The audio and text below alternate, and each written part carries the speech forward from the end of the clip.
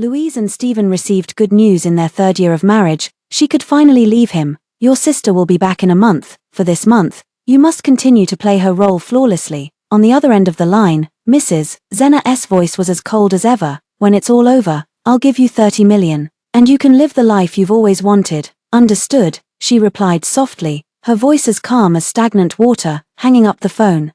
Louise looked up at the enormous wedding photo on the wall. In the picture, Stephen stood tall in his immaculate suit, handsome as a deity, while she wore a priceless wedding dress, smiling gently and radiantly. 3 years, she murmured, her fingertips lightly tracing the frame. It's finally coming to an end. Hello, everyone. Welcome to my channel. Subscribe us to read wonderful novels every day. Now the story begins. 3 years ago, the marriage alliance between two wealthy families shocked the world, and her twin sister Mona was the Kalin family's chosen daughter-in-law. But just before the wedding, Mona left a letter and fled. Dad, Mom, I don't want to be bound by an arranged marriage, but I know it's my duty. Give me 3 years to find my freedom. In 3 years, I'll return, to preserve the alliance between the two families. The Zenas had no choice but to summon their long-neglected twin daughter from the countryside overnight. Thus, Louise, who grew up in the countryside without even the right to attend family gatherings, became the substitute bride, bearing Mona's name. Stephen doesn't love your sister. He's in love with that scholarship student his family sponsors. Her mother coldly warned her on the eve of the wedding. Your marriage won't be easy, but just behave yourself. Endure these 3 years while pretending to be your sister. Louise remembered nodding obediently at the time. Of course she knew who Stephen was, a regular in financial magazines, Beijing's most celebrated young aristocrat, the object of countless socialites' desires. She'd also heard the stories about him and Pandora. The Kalin family sponsored an impoverished student who attended a prestigious university on scholarships. Stephen loved her deeply, defying his family's opposition to be with her, yet Pandora, cold and proud, refused to accept a love without blessings and chose to break up and go abroad. The Kalin family was overjoyed and immediately arranged a marriage alliance for Stephen. Married life turned out to be even more unbearable than imagined. Stephen's study was filled with Pandora's photos. He flew to Paris every week to secretly watch her, while his wife Louise wasn't even allowed in the master bedroom and had to sleep in the guest room at the end of the hallway. Louise tread carefully, striving to perfectly embody the role of Mona. To avoid jeopardizing the collaboration between their families, she devoted herself obsessively to being good to Stephen over these 3 years. When he worked late, she kept the foyer light on all night waiting for him, knowing his stomach was sensitive.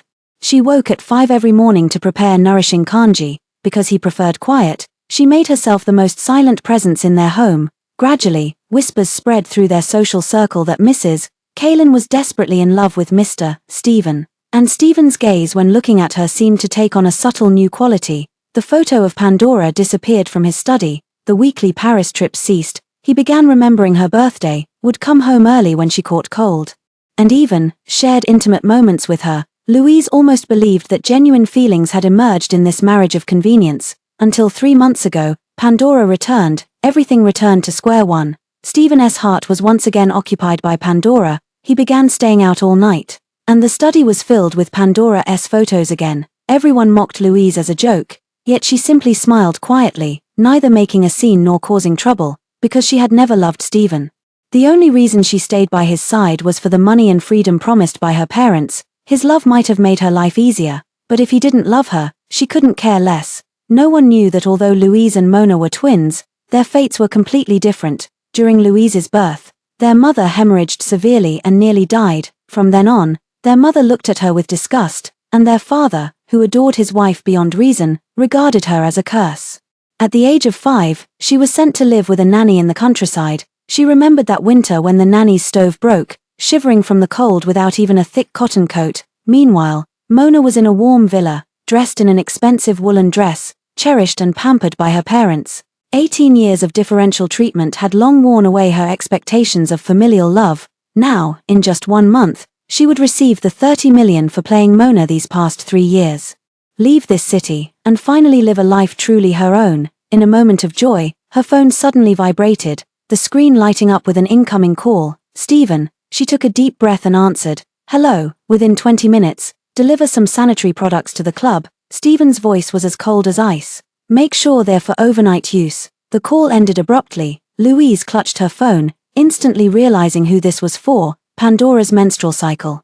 Stephen remembered it more clearly than the company's IPO date. Outside, the rain poured relentlessly. From Kaylin's villa to the club, the normal drive would take at least 40 minutes, yet Louise still grabbed an umbrella and stepped out. The car got stuck halfway, and she glanced at her watch. 12 minutes left. Gritting her teeth, she pushed the door open and dashed into the rain. The rain quickly soaked through her clothes, and her high heels slipped several times on the slick pavement.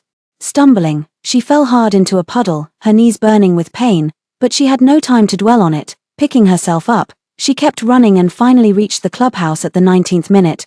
Just as she was about to knock on the private room's door, a burst of raucous laughter erupted from inside. Mr. Stephen, in such heavy rain, you really had your wife deliver that. It must take at least 40 minutes from your place to here. Pandora is in terrible pain. Stephen's voice was calm. She'll find a way to get here. True, everyone knows your wife adores you. These 3 years, even with your heart belonging to someone else, she's waited without complaint, someone teased. But honestly, Mr. Stephen, with such a beauty who's crazy about you, haven't you been even slightly moved these 3 years? The private room suddenly fell silent. Louise held her breath and heard Stephen remain silent for a few seconds before saying, no matter when. Between Pandora and her.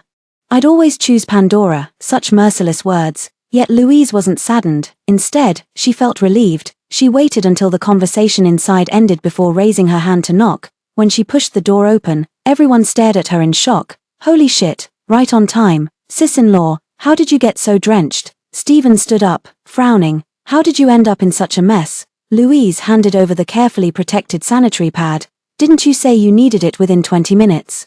I was afraid you'd be anxious, so I got off the car and ran here. She didn't mention the fall she'd taken, nor that her knee was now trembling with pain. Stephen's expression shifted as he suddenly took off his suit jacket to wrap around her. Put this on, then he pointed at the feminine hygiene product in her hand.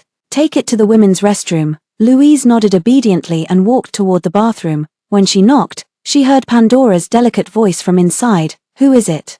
Delivery of sanitary pads. There was silence for a few seconds before the door opened a crack. Louise handed the items through and turned to leave immediately. Back home, she took a hot shower, the wound on her knee throbbing faintly. Lying in bed, she thought about how she would soon be completely free, feeling an indescribable sense of relief. Just as she was about to fall asleep, the door was suddenly kicked open with a violent force. Stephen barged in, grabbing her wrist. Get up.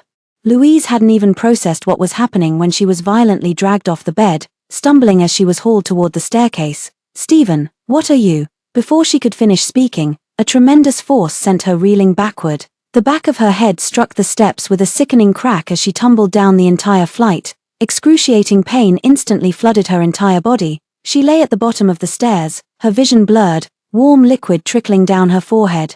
Why? She struggled to prop herself up. Treat me like this. Stephen stood at the top of the stairs, his expression unreadable against the backlight, but his voice was piercingly cold. Pandora, was it you who pushed her down? Louise looked up blankly. What? Stop pretending. He descended the stairs step by step, playing the magnanimous one these past few months, just waiting for today, weren't you? Do you have any idea that when you pushed Pandora off the windowsill, you caused her to fracture all over and nearly die? I didn't. She shook her head weakly, but the movement tugged at the wound on her head, sending a wave of dizziness through her. Stephen knelt down and gripped her chin forcefully. Mona, have these years of my kindness given you illusions? Let me tell you once more, ours is a marriage of convenience, nothing more. He leaned close to her ear, enunciating each word deliberately. The love you want, I could never give it to you.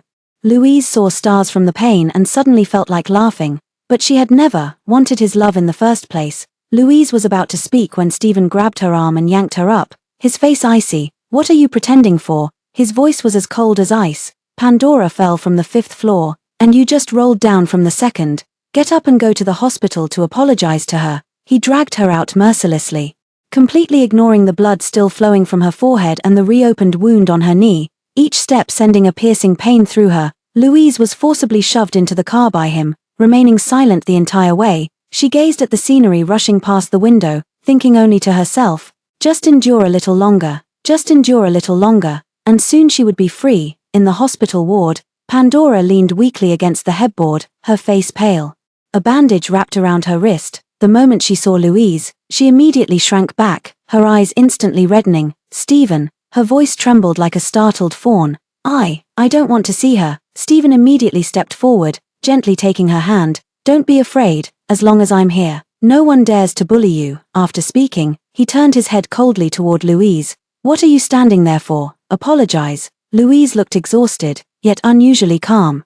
She stared fixedly at Pandora and asked softly, Miss Pandora, did I really push you when you fell from the windowsill? Pandora's eyelashes trembled, and tears instantly fell. Miss Mona, if you don't want to apologize, forget it. I never intended to cause you trouble, she sobbed, her voice filled with utmost grievance. I know Stephen has been with me these days, so it's normal for you to resent me, but you two were only in a marriage of convenience to begin with, and he doesn't love you. If not for the disparity in our social status, he wouldn't have belonged to you. The more she spoke, the harder she cried, and Stephen's expression grew increasingly dark. Mona, he snapped sharply, I brought you here to apologize, not to provoke her. Are you going to apologize or not? Louise closed her eyes. She knew Pandora was framing her, but she was about to leave. She couldn't afford any problems with the collaboration between the two families, otherwise she wouldn't get the 30 million, nor her freedom. I'm sorry, she said softly, it was my fault. With that, she turned to leave. Stop, Stephen called out coldly. Since you were the one who pushed her, you'll stay and take care of her until she's discharged from the hospital. Louise's fingers curled slightly, and in the end, she still nodded. All right. In the days that followed, Louise stayed by Pandora's hospital bedside without leaving for a moment. Stephen also practically moved into the hospital, setting aside all company matters to personally feed Pandora porridge, wipe her hands, and coax her to sleep.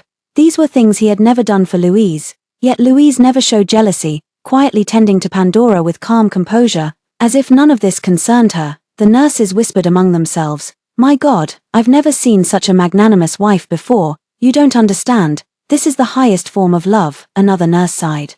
Because she loves Mr. Stephen so deeply, she's willing to care for even the one he favors, just hoping he might glance her way. How pitiful. These words happened to be overheard by Stephen as he passed by. His footsteps halted, his gaze involuntarily drawn to the slender figure in the hospital room. Louise was lowering her head, carefully peeling an apple, her profile quiet and docile. Stephen felt an inexplicable twinge of something unusual in his heart. Pandora on the day of her discharge. Stephen directly told Louise, I'm taking Pandora on a trip these few days. Don't contact me unless it's important. Louise nodded. All right. Watching him walk away holding Pandora's hand, she felt an unexpected sense of relief in her heart. Finally, she wouldn't have to face them anymore. Back home, she started packing her luggage, preparing for her imminent departure. A few days later, she came across Pandora's social media post. Stephen had taken her to the Maldives, lit sky lanterns for her at an auction, and splurged on the jewelry she loved. Louise just glanced at it before calmly scrolling past. She doesn't care. She never cared in the first place. A week later, the Kalin family's monthly banquet arrived as scheduled. Stephen was absent, leaving Louise to attend alone. Stephen's mom darkened at the sight of her. Where's Stephen? Louise lowered her eyes. He's busy and won't be back for now. Stephen's mom let out a cold laugh and was about to speak when the butler hurried over, handing her an entertainment tabloid. The headline prominently featured a photo of Stephen and Pandora locked in a passionate kiss on a yacht. Slap. Stephen's mom slammed her chopsticks on the table. Furious. Mona, come with me to the study. As soon as they entered the study, Stephen's mom snapped sharply, kneel down. Louise silently knelt. Worthless. You can't even keep your own husband. Stephen's mom trembled with rage. Now you have two choices. Either call him back immediately, or face the family punishment. Louise, her eyelashes fluttered slightly. She knew that even if she called, Stephen wouldn't come back, and she couldn't disturb his private time with the one he loved. If he got angry, the collaboration between their families would likely be jeopardized. I choose the family punishment, she said softly. Stephen's mom flew into a rage. Say that again. I choose the family discipline. Louise lifted her head, her gaze calm. Go ahead and hit me. Stephen's mom turned livid with anger, snatched the whip from the wall, and lashed it fiercely across her back. Will you say it or not? Slap. Will you call or not? Slap. Louise clenched her teeth tightly, her back burning with pain, yet she kept shaking her head. At last, the pain overwhelmed her vision with darkness, and she fainted outright. When she came to, she found herself lying prone on a hospital bed, her back swathed in bandages. Meanwhile, Stephen sat by her bedside, his brow deeply furrowed. Why didn't you call me back when mother gave you trouble? He asked coldly. Louise gave a weak smile. Didn't want to interrupt your date with Miss Pandora. Stephen froze. He stared at her pale face. suddenly recalling the nurse's words, because she loves Mr. Stephen so much, she's even willing to care for the person he likes. Was she really that in love with him? So much that she'd rather suffer punishment than disturb him? Stephen felt that strange sensation growing stronger within him. In the following days, he stayed at the hospital to care for her, something completely unprecedented for him. Louise said no need, but he still didn't leave, until the day of discharge. Stephen suddenly received a call saying there was an urgent matter at the company and he had to attend a meeting. Go back by yourself. He dropped these words and turned to leave. Louise nodded and slowly walked out of the hospital. She had just stepped off the stairs when she accidentally bumped into someone. Are you blind? The other person shouted angrily. Do you know how expensive this outfit is? You look so shabby. Could you even afford to pay for it? Louise was about to apologize when a cold, sharp voice suddenly came from behind her. Get lost. Stephen had somehow gotten out of the car and flung a wad of cash directly in the man's face. Is this enough? The man initially wanted to lash out, but one look at Stephen's attire and aura made him slink away in defeat. Stephen cast a cold glance at Louise. Mona, didn't the Zena family and the Kalin family give you money? Is this how you dress? Louise remained silent.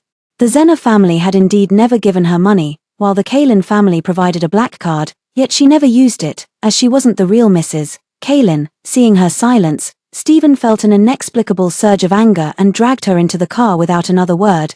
Go buy some clothes. Inside the mall, Stephen picked out several haute couture outfits for her, each one exorbitantly priced. Louise remained quietly cooperative throughout, like an emotionless marionette. But just as they stepped out of the mall, Stephen, a trembling voice called out. Louise looked up and saw Pandora standing not far away, still wearing her part-time waitress uniform. Her eyes reddened as she stared at them in disbelief. Didn't you say you were in a company meeting, Pandora? Stephen's expression changed slightly. You don't have to love me. Pandora tears fell. But how could you lie to me? I shouldn't have come back. I've disturbed you too. With that, she turned and ran. Pandora, Stephen immediately gave chase. Louise stood still, watching his retreating figure with perfect calm in her heart. Yet in the very next instant, bang, a loud bang, the glass from the upper floors of the mall suddenly shattered, crashing straight onto Pandora's head. Without even a whimper, she collapsed into a pool of blood. Stephen's face turned pale as he rushed forward, scooping up the unconscious Pandora and bolting toward the hospital without looking back.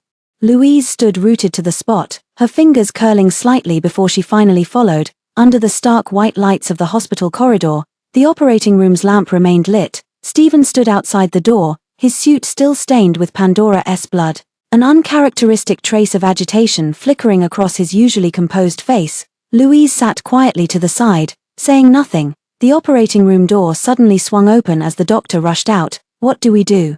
The patient is hemorrhaging badly and needs an emergency blood transfusion, but she's Rh negative and the blood bank is running critically low. Stephen furrowed his brows and was about to speak when Louise stood up. I'm Rh negative. I can donate. Stephen whipped his head around to look at her, a flash of shock passing through his eyes. Louise met his gaze calmly. Saving lives comes first. She followed the nurse to have her blood drawn, as 400 cubic centimeters of blood slowly flowed out of her body. Her face grew increasingly pale, yet her gaze remained calm throughout. Stephen stood by, watching the needle inserted into her slender arm, the strange feeling in his heart growing stronger. Just how much did she love him after the blood draw? Louise walked out pressing a cotton swab to her arm and saw Stephen still standing motionless outside the operating room. She hesitated for a moment, then walked over and said softly, "Don't worry, she'll be fine." Stephen looked up at her, his voice slightly hoarse. "Aren't you leaving yet?" Louise shook her head. "Miss Pandora misunderstood us. I need to explain things clearly when she wakes up." Stephen stared at her pale face and suddenly asked, "Do you really like me that much?" Louise was taken aback. She was just about to speak when the operating room door suddenly swung open, and the doctor stepped out. The surgery was successful. Once the anesthesia wears off, the patient will wake up. Stephen's tense shoulders finally relaxed. Louise silently stepped aside and said no more. Several hours later, Pandora woke up. The moment she opened her eyes and saw Louise standing by the bed, her eyes instantly reddened. "Stephen, did you bring her here again because you want my blessing for you too?" Louise quickly stepped forward and softly explained, "Miss Pandora, you've misunderstood. That day, Stephen really had a meeting to attend. Taking me shopping was just on the way. It wasn't a date, and he didn't lie to you." Stephen also nodded. "Our marriage is purely political. There are no feelings involved." Pandora bit her lip as tears fell. "Then how can you prove it?" Prove that you don't have even a shred of affection for her. Stephen frowned. How do you want me to prove it? Pandora thought for a moment, then suddenly pointed out the window. Throw her into the frozen lake. Stephen paled slightly. Pandora, you're hesitating. Pandora's voice trembled. You do like her. Stephen remained silent for a few seconds before finally sighing and turning to wave at the bodyguard. Throw her into the lake. Louise's pupils constricted. She knew Stephen would do anything for Pandora, but she never imagined he could be this ruthless. But she couldn't resist. She had to endure. The bodyguards dragged her out. Stephen stood motionless. His eyes dark and unreadable. The lake water was piercingly cold. Louise almost suffocated the moment she was pushed in. The icy water flooded her nostrils, numbing her limbs with cold. She gritted her teeth, forcing herself to stay afloat, but her body kept sinking uncontrollably. The bodyguards by the lake watched her coldly, not a single one lifting a hand. Louise's consciousness gradually blurred, and in her daze, she seemed to see herself as a child, abandoned by her parents in the countryside. Without warm clothes in winter, shivering from the cold, she could only huddle in the firewood shed of the nanny's house for warmth. No one had ever truly cared about her in this life. After what felt like an eternity, Louise was finally pulled from the water. Her body was ice cold, lips blue and purple. Already unconscious, in her dazed state, she faintly sensed someone wiping her body with a warm towel, the movements uncharacteristically gentle. She instinctively grabbed the hand and murmured, "Just hold on a little longer, we can leave soon." The next moment, that hand suddenly gripped hers back with such force it nearly crushed her bones. "What, leaving?" Stephen's voice was cold as ice. Louise opened her eyes in pain, realizing she had already returned to Kaylin's house. Stephen sat on the edge of the bed, his gaze dark and fixed on her. What was that about leaving just now? Louise felt her heart skip a beat and feigned ignorance with a hoarse voice. "Leaving? I must have been delirious from the high fever, talking nonsense." Stephen studied her for a long moment before seemingly believing her and released his grip.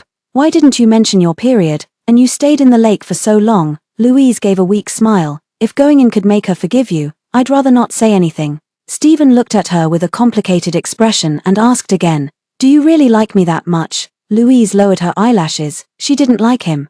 She was just maintaining the relationship between their families. Once Mona returned, she could fly far away. The door suddenly swung open. Pandora walked in. "Stephen, when are we leaving for fishing?" Seeing Louise awake, she feigned surprise. "Miss Pandora, are you all right?" Without waiting for Louise to respond, she added with a smile, "Last time I was just angry when I told Stephen to do that.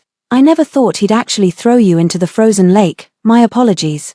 I heard you were the one who donated blood for me. Why don't we go fishing together? Consider it my way of making amends." Louise was about to refuse when Pandora warmly grabbed her hand. "Don't say no, I've already settled it with Stephen." Stephen glanced at her, signaling not to spoil the mood. Louise could only nod in the end. On the luxury yacht, the sea breeze carried a faint saltiness. Pandora stuck to Stephen the entire time, coquettishly laughing as she had him feed her fruit, apply sunscreen, and even playfully demanded he carry her to see the ocean view. Louise stood on the deck, quietly gazing at the horizon as if none of this concerned her. It wasn't until Stephen stepped away to take a phone call that Pandora approached her and suddenly said, "I really don't understand you sometimes." Louise turned to look at her. Pandora narrowed her eyes. "The rumor in the circle is that you're deeply infatuated with Stephen and would do anything for him. But shouldn't love mean possession? I framed you, forced you to apologize, and you showed no emotion. He threw you into an icy lake, and you showed no emotion. Even now, watching me be intimate with him, you still show no emotion." She leaned closer to Louise, lowering her voice. "Do you even like him at all?" Louise twitched her lips. Pandora was right. She truly didn't like Stephen. Before the words could be spoken, a massive wave suddenly struck. Both lost their footing and were swept into the sea simultaneously. The icy seawater instantly submerged them, the yacht's metal edge slicing long wounds on their arms as blood immediately bloomed in the water. "Someone's fallen overboard. Help, quick, save them." The deck instantly erupted into chaos. The rescue team swiftly jumped into the sea, but soon resurfaced with grave expressions. "Mr. Stephen, their blood will attract sharks any minute, and they're drifting in opposite directions.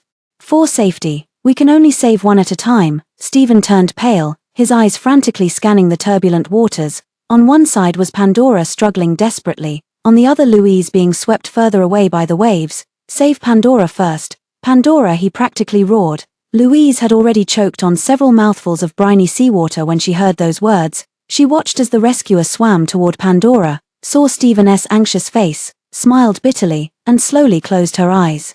She should have known, in his heart, she was always the one who could be abandoned. Seawater flooded her lungs as her consciousness gradually faded. In her daze, she saw a dark shadow swiftly approaching, a shark. A sharp pain shot through her leg, and her final conscious thought was the image of azure seawater gradually tinged crimson with blood. Louise, when she woke again, the sterile white ceiling of a hospital greeted her eyes. "You're finally awake," the nurse exhaled in relief. "With injuries this severe, we need to contact your family immediately." She paused, then couldn't help remarking, "Look at Miss Pandora in the next bed." She fell into the sea too, but with much lighter injuries. Yet Mr. Stephen hasn't left her side, doting on her like she's the most precious thing. "Where are your family members? It's been 2 days already, and still no sign of them." Louise pursed her lips and remained silent. At that moment, the hospital room door was suddenly flung open. Stephen stood grimly at the doorway, his gaze piercing through her like a knife. The nurse froze, seemingly confused about why Mr. Stephen would appear here, but seeing his dark expression, she quickly retreated.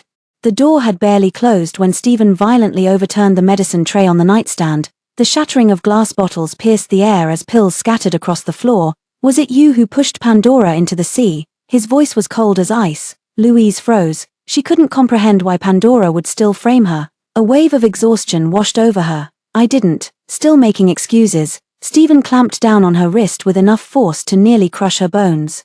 "Pandora told me herself. Weren't you always so magnanimous before? Why have you suddenly become like this?" He let out a cold laugh, as if realizing something. "Could it be, your previous tolerance was all an act, just to catch my attention?" Louise turned pale from the pain, yet merely gazed at him calmly, not even bothering to explain. That look completely enraged Stephen. He abruptly shook off her hand. "Fine, since you refuse to admit your mistake, then bear the consequences yourself." He turned and walked away, his voice icy and piercing. "From now on, no medical staff will attend to you. This pain, you'll endure it alone." The following days were Louise exceptionally difficult. Without doctors making rounds or nurses changing her dressings, she could only drag her battered body to the medicine cabinet herself. Trembling as she applied the medication alone, several times, she fell to the ground, her knees bruised purple, yet she gritted her teeth and got back up.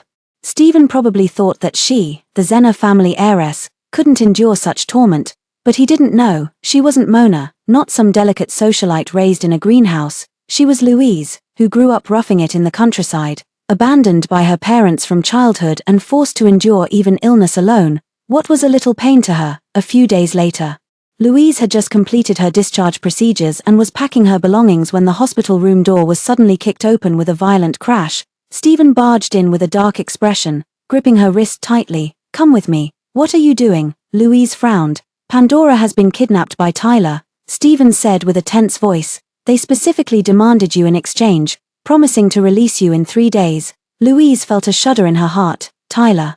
That notorious pervert in their circle. Every time she saw him, his cold, lecherous eyes made her sick to her stomach. "I'm not going." She refused outright. Stephen's eyes turned icy cold. "You don't have a choice." He stared at her, then suddenly softened his tone. "Tyler has taken a liking to you and won't harm you. Just behave, and after this is over, I'll agree to any condition you want." Louise looked up at him and suddenly smiled. "Fine, then I want a wedding." Stephen startled. "What?"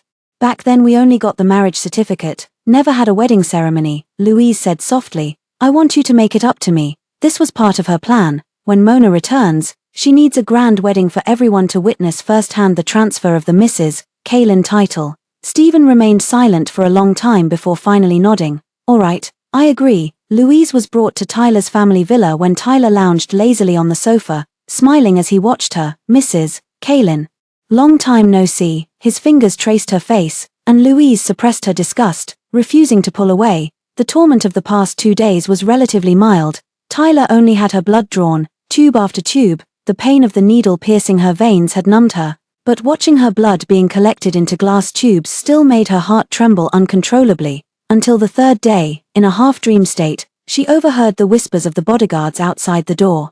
"Is the young master insane? Is he really going to drain her blood for specimens later?" "Sure, keep your voice down." The young master said she's too beautiful, that only by preserving her as a specimen after death can she be kept forever. Louise's blood ran cold in an instant. This was Stephen's promised nothing will happen. She was about to lose her life here. A bone-chilling cold shot up from her feet to her spine. She bit her lip so hard that only the taste of blood could barely suppress her trembling. Seizing the moment when the guards were distracted, she grabbed the crystal ornament from her bedside and hurled it at the window with all her strength. Crash! Shards of glass flew everywhere. Using the sharp edge, she cut through the ropes binding her. As she leapt from the second floor, a sharp crack sounded from her right ankle. The excruciating pain made her vision darken, but she dared not stop. Dragging her sprained ankle, she stumbled out of Tyler's family and ran all the way back to the Kalin family villa. When she pushed open the living room door, she saw Stephen kneeling on one knee, carefully applying medicine to Pandora's ankle. "Stephen," Pandora said with reddened eyes. "Miss Mona hasn't returned for so long, aren't you worried at all?" Stephen paused his movements, his voice impossibly gentle. "I only worry about you. Why didn't you tell me you sprained your leg? Do you want to break my heart?" Louise stood at the doorway, drenched from head to toe, her ankles swollen painfully high, yet not a single glance was spared her way. She walked past them with an expressionless face. "Louise," Stephen finally noticed her, springing to his feet. "You," his gaze swept over her, as if checking for injuries, before he finally exhaled in relief. "What happened these past 3 days?" Louise twisted her lips, cracked and bleeding. "It's nothing." She cut straight to the chase. "When are you going to deliver on the wedding you promised me?" Pandora looked up immediately. "What wedding?" Stephen paused briefly. "We're going to have a make-up wedding." Seeing Pandora's eyes instantly redden, he quickly explained, "It's just a ceremony, Pandora. You're the only one in my heart." Pandora forced a smile. "I understand, I'm not angry. You did it to save me." She suddenly looked at Louise and said softly, "Miss Mona, why don't I help you choose a wedding dress?" In the following days, Pandora followed Louise everywhere to try on wedding dresses. In the bridal shop, Louise stood before the fitting mirror, her slender waist accentuated by the pristine white gown, while Pandora hovered close behind, scrutinizing every dress and nitpicking every detail. "This neckline is too low," Pandora fussed. Tugging at Louise's collar, "Find something more modest, the waistline doesn't flatter your figure enough." She picked up another dress. How could Mrs. Kalin wear such an ordinary style? Louise remained quietly compliant throughout, like an emotionless marionette. When the final wedding dress was chosen, in the empty fitting room, Pandora finally dropped her facade. "So all this time you weren't indifferent, you were playing hard to get." She suddenly grabbed Louise's wrist, her nails digging deep into the flesh. "Let me tell you, don't think you can steal Stephen like this. He can only be mine." Louise didn't even bat an eyelid, merely withdrawing her hand calmly. There was no playing hard to get, nor any intentional snatching of Stephen. She wanted to leave more than anyone, wishing for this farce to end quickly. But what she didn't expect was that Pandora became convinced she was trying to steal Stephen and started picking fights again, on the eve of the wedding. Stephen suddenly kicked open her door. "Was it you who locked Pandora in the fitting room?" His face darkened. "Do you even know she has claustrophobia?" Louise closed her eyes wearily. "I didn't." Still lying, Stephen yanked her up violently. "Seems my previous lesson wasn't harsh enough." Ignoring her struggles, he had the bodyguards immediately lock her in the dark, damp basement. In the darkness, Louise sat huddled in a corner, hugging her knees. At midnight, she suddenly heard a rustling sound, followed by a bag of live mice being thrown in. "Ah!" She screamed and jumped up, frantically pounding on the iron door until her nails split. But no one came to save her. The next day, Stephen opened the door with a cold expression. "Just locking you up for one night. Why cry the whole time?" After a whole night of torment, Louise was already as pale as a sheet. "Pandora let the rats in." Stephen scoffed. Pandora would never do such a thing. He turned on the light. "Where are these rats you mentioned?" Louise froze. The basement was spotless, not even a single rat hair to be found. "Pandora has already cleaned up all the evidence." She opened her mouth, but in the end, said nothing. Stephen said coldly, "The wedding is in 3 days. I'll be accompanying Pandora these days and will only show up on the wedding day." He gave her a warning look. "Don't cause any more trouble, or the wedding is off." Stephen finished speaking with a cold expression before turning and leaving the basement. Louise listened as his footsteps gradually faded away before finally leaning against the wall to slowly stand up. For the next 3 days, she shut herself in her room, barely stepping outside, the meals brought by the servants. She only took a few bites. No matter how beautiful the sunlight outside the window, she never stepped out of her room. She couldn't give Pandora any more chances to frame her. Fortunately, Stephen kept his word and spent these 3 days with Pandora, not even returning home. Louise could frequently see their figures appearing together through gossip news. Pandora linked arms with Stephen, her radiant smile dazzling, while Stephen gazed down at her with eyes so tender they seemed to melt. The day before the wedding, she sat at her desk, meticulously writing down every preference and aversion of Stephen. Detests cilantro, avoids spicy food, drinks only black coffee. No sugar, insists on immaculately pressed shirts, cannot tolerate any light while sleeping. After finishing, she folded the note neatly and summoned the maid Polly. Here, take this, she said softly. Give it back to me after the wedding. Polly looked puzzled. Madam, this is, in case I forget. Louise smiled faintly. You know my memory hasn't been good lately. Polly, though finding it strange, obediently took the note. Don't worry, madam, I'll keep it safe. After Polly left, Louise dragged out a long-packed suitcase from the depths of the wardrobe. She took one last look around the room she had lived in for 3 years, her gaze lingering for a moment on the wedding photo hanging on the wall. In the picture, Stephen stood tall and handsome in his tailored suit, godlike in his beauty. While she wore a priceless wedding dress, smiling gently and radiantly, she carefully removed the frame, placed it face down on the table, and walked away without looking back. In the airport terminal, Mrs. Zena had been waiting for a long time. She handed Louise a bank card and a plane ticket, 30 million, not a cent less. From now on, you and the Zena family are done. Louise took the card, her fingertips trembling slightly. She looked up at her mother, only to find the woman wouldn't even spare her a glance. Thank you, she said softly. Mrs. Zena said coldly, you've done well these 3 years.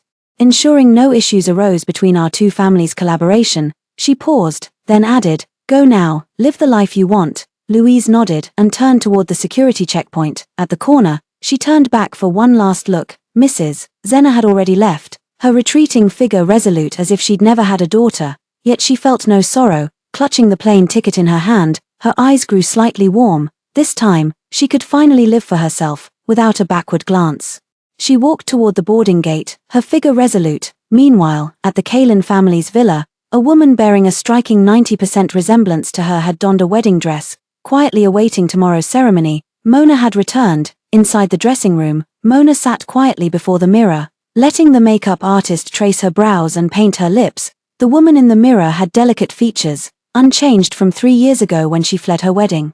Only her gaze now carried a colder arrogance. She gently traced the lace on her wedding dress, a faint, almost imperceptible smile curling at the corners of her lips. Outside the door, Pandora stared intently through the half-open crack at Mona's back, her nails digging deep into her palms. Just as she had suspected, Mona was never truly magnanimous. She was merely retreating to advance, trying to capture Stephen's heart. What a cunning move. What infuriated her even more was that Stephen had actually agreed to redo the wedding ceremony. Even if it was just for show, it was enough to drive her mad with jealousy. Mona, Pandora murmured under her breath, a flash of malice flickering in her eyes. You think this is enough to challenge me? Dream on. She turned and walked away, her high heels sinking soundlessly into the carpet. Moments later, Stephen pushed the door open and entered, dressed in a crisp suit. His handsome face bore traces of impatience. He glanced at Mona in the mirror and said coolly, I'll properly hold the wedding with you today, but I hope you won't make things difficult for Pandora anymore. Mona lifted her head, meeting his gaze through the mirror with eyes so calm they bordered on indifference. She didn't answer.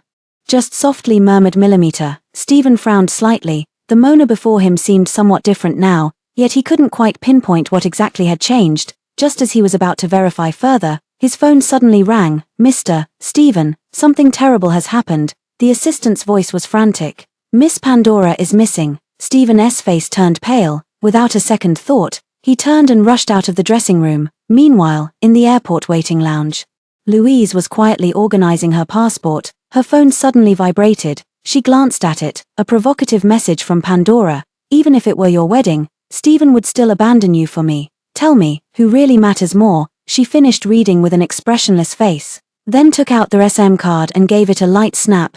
Click. The sound of the card breaking was crisp and resolute. She tossed the fragments into the trash, as if discarding all the endurance and pretense of the past 3 years. Meanwhile, the wedding venue was in chaos, with guests whispering and murmuring among themselves. The MC stood awkwardly on stage, unsure how to announce the delay of the ceremony. In the dressing room, Mona waited for a long time, but Stephen never returned. She stood up, about to go out and check, when the door was suddenly flung open. Stephen stood panting at the doorway, his face terrifyingly dark.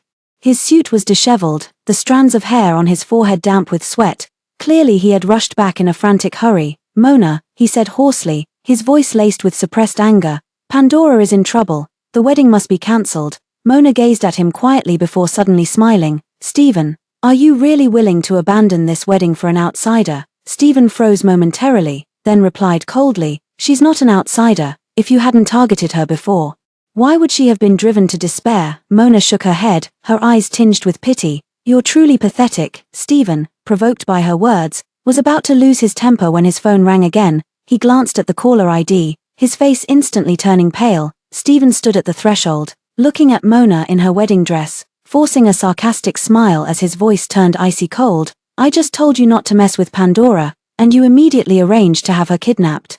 Do you really have to bully her every single moment? And now you've orchestrated this kind of drama. Mona looked up, a flicker of confusion flashing in her eyes. Just as she was about to argue, Stephen's bodyguard stepped forward. He grabbed her by the hair and roughly yanked her to the ground. Mona's knees slammed heavily onto the marble floor, the piercing pain instantly draining the color from her face. Stephen, Mona widened her eyes in disbelief. How dare you treat me like this? Stephen looked down at her from his superior position, his eyes devoid of any warmth. He waved his hand and coldly ordered the bodyguards, drag her into the car. The bodyguard swiftly lifted Mona, ignoring her struggles, and shoved her directly into the black car parked outside. The moment the car door closed, a drug-soaked handkerchief was suddenly pressed against her mouth and nose. Mona's pupils abruptly constricted. After a few struggles, she quickly lost consciousness. After an unknowable amount of time, Mona was jolted awake by a sharp pain. She found herself stuffed inside a coarse burlap sack, her body curled up and unable to move. The next second, the sack was roughly lifted and then slammed onto the ground like discarded trash. Her arm struck the hard ground with a sharp impact, sending a piercing pain shooting through her wrist as if the bone had snapped. She groaned in pain, but with her mouth sealed by tape, only a faint whimper escaped. One for one, hand over Pandora. Stephen's voice came from outside the burlap sack, icy and unfamiliar. They say Mr. Stephen has a soft spot for Miss Pandora, and it seems the rumors are true. A hoarse male voice sneered. Since you don't care for this Mrs. Kaelin, why not stab her? Let's see the sincerity of the wealthy. Stephen remained silent for a few seconds before replying coolly. Is the money not enough? Money? The kidnapper scoffed. Mr. Stephen, we didn't take them for money. At that moment, the sound of footsteps emerged from the darkness, accompanied by a frivolous clapping sound. Tyler sauntered leisurely up to Stephen, a teasing smile playing on his lips. Mr. Stephen, long time no see. Stephen's eyes instantly turned cold. Tyler, I knew it was you. Tyler shrugged, his tone casual. That flawless plan of mine was ruined by your dear wife before. Now, I'm just asking you to stab her once. Fair enough, don't you think? What plan? Stephen frowned. Tyler gave a strange smile, leaned close to his ear, and whispered in a low voice, don't you know, I was planning to. A sudden ringtone interrupted Tyler's conversation. He glanced at the caller ID and boldly pressed the speakerphone button. Tyler, when are you coming? We're all waiting for you. Got it. Tyler took a step back, shaking his head with feigned regret. As you heard, Mr. Stephen, my friend just called urging me to hang out, so you'd better decide quickly, either stab Mona or, he paused, his grin turning vicious. None of you are leaving. The air seemed to freeze. Stephen's gaze fell on the squirming burlap sack, a flicker of complex emotion flashing through his eyes. After a moment, he reached out to take Tyler's offered knife, his voice low. All right. He walked up to the sack, crouched down, and lightly pressed the knife's tip against it. Mona seemed to sense the danger, struggling even more violently. But her muffled whimpers were completely stifled by the tape. Stephen's hand trembled slightly, but soon, his eyes turned cold again. The blade plunged into the sack without hesitation. Thud, blood instantly soaked through the sack's fabric. Mona's body stiffened abruptly before going limp. Haha, excellent. Tyler laughed heartily, slapping Stephen on the shoulder. Mr. Stephen is truly ruthless. But, his tone shifted abruptly, his gaze turning sinister. You've bought yourself time. Now you'll pay the interest. Either stab Pandora once, or I'll stab Mona 3 more times. Stephen's face darkened instantly. Tyler, don't push your luck. Tyler remained unmoved, leaning lazily against the wall. Choose, Mr. Stephen. My patience is running thin. Stephen's fists clenched with a bone-cracking sound. Finally, he took a deep breath, and the blood-stained blade plunged into the sack once more. 1 stab, 2 stabs, 3 stabs. Stephen closed his eyes, his voice hoarse. Mona. I'm sorry. After what felt like an eternity, Mona regained consciousness in the biting cold. She struggled to open her eyes, her vision blurred. The burlap sack was stifling and reeked of a nauseating metallic stench that nearly suffocated her. She gritted her teeth, mustering all her strength to break free from the sack's confines. Finally crawling out, the warehouse stood empty, leaving only her behind. Stephen was gone, Pandora had vanished too, only she was left behind here. Mona coughed, the taste of iron rising in her throat. Her hands trembled as she fumbled in her pocket, wanting to call her parents to come take her away. Stephen was a madman, Pandora too. She truly couldn't imagine how her younger sister had managed all these years. But just as she pulled out her phone, a figure rushed from the shadows and slapped her hard across the face. Smack! The phone went flying and smashed violently against the wall. Mona was struck so hard her head snapped to the side, a trickle of blood seeping from the corner of her mouth. She slowly raised her eyes to see Pandora standing before her, wearing a triumphant sneer. "Who else are you planning to call and play the victim for?" Pandora looked down at her with contempt, her tone dripping with sarcasm. Mona remained silent, only gradually propping herself up against the wall as she gasped for breath. Pandora grew even more arrogant when she saw her silence. She walked over, reached out to grip Mona's chin, forcing her to look up. "Cat got your tongue. See, I told you. Even if it's your wedding, just one message from me, and Stephen would come running." She leaned closer to Mona's ear, lowering her voice, enunciating each word. "If you have any self-awareness left, you'd better leave quietly and give up the title of Mrs. Kaylin." Mona stared at her, then suddenly smiled. Pandora froze, not yet comprehending, when Mona used the hand gripping her chin to shove her away with brutal force. "Ah!" Pandora was caught off guard, her entire body slamming into the metal shelves behind her. The sharp edges struck her lower back with a heavy thud, the pain instantly curling her into a fetal position as her face drained of color. You dare push me?" She stared at Mona in disbelief, her voice trembling. Mona leaned against the wall, slowly rising to her feet, drenched in blood. Her face was as pale as paper. "Push you?" She let out a light laugh, dragging her injured leg as she stepped toward Pandora. "I did push you, so what?" Pandora panicked, scrambling backward on all fours. "Why you stay away from me?" Mona ignored her, bending down to pick up a section of steel pipe from the ground, weighing it in her hand. Pandora's pupils constricted abruptly. This Mona before her seemed different from the person who had meekly endured her bullying before. "Help!" she screamed, trying to crawl away, but Mona grabbed her ankle and yanked her back violently. "Weren't you acting all high and mighty just now?" Mona looked down at her, tapping the steel pipe lightly against her face. "Scared now, aren't you?" Pandora trembled all over, her face smeared with tears and snot, yet she still put on a brave front. "If you dare lay a hand on me, Stephen won't let you get away with it." Mona sneered and swung the steel pipe down hard on her leg. "Ah!" Pandora's scream echoed through the warehouse. Mona turned a deaf ear, continuing to strike her blow after blow with ruthless efficiency. Those years abroad had long since stripped away any weakness that might have made her easy prey. Pandora was beaten to within an inch of her life, too weak even to beg for mercy. Curled up on the ground, Mona panted, wiped the blood from her face, and prepared for the final strike. Bang! The warehouse door was suddenly kicked open, blinding light poured in. Stephen stood at the entrance, glaring at them with a dark expression. Pandora's eyes instantly sparkled with hope the moment she saw Stephen appear. Dragging her battered and bruised body, she limped toward him, tears streaming down her face as her voice trembled uncontrollably. "Stephen, she's trying to kill me. Mona's gone mad. She can't stand to see me happy." Stephen pulled her into his arms, his gaze darkening as he glared at Mona, his voice seething with suppressed rage. "What the hell is this?" Mona wiped the blood from the corner of her mouth with the back of her hand, let out a cold laugh, and casually tossed the steel pipe in her hand aside. A sharp clang rang out as metal hit the ground, the sound piercing through the empty warehouse. "Stephen," she said hoarsely, yet with eerie calmness, "you'd better think carefully about who was really at fault today." She paused, her gaze sharp as a blade. "Don't forget, you still owe me from today." Stephen frowned, his tone icy. "Wasn't it you who colluded with Tyler?" "Ha!" Mona let out a short laugh, her eyes glinting coldly. "Fine then, I'll go tell the media right now." She stared straight into Stephen's eyes, enunciating each word clearly. "I just wonder if you can handle the backlash. If I recall correctly, the Kaylin family has been trying to purchase that plot of land in the East District recently." Then she turned to Pandora. "Miss Pandora, I suppose you wouldn't want to be labeled as the other woman online tomorrow either." Pandora turned pale, her lips trembling as she immediately clung weakly to Stephen's chest, sobbing. "Stephen, it's all my fault. It must be because the wedding wasn't completed that Miss Mona is upset." Stephen furrowed his brows even deeper as he looked at Mona. If it's because of this, I can compensate you. Why must you make things difficult for Pandora? Mona let out a mocking laugh, her eyes filled with scorn. Don't waste your effort. She slowly straightened up, battered yet unbowed, her back ramrod straight. Who cares about your wedding? Even without this ceremony, I'll still be Mrs. Kaelin. With that, Mona no longer looked at them. Clutching her abdominal wound, she walked step by step toward the warehouse exit.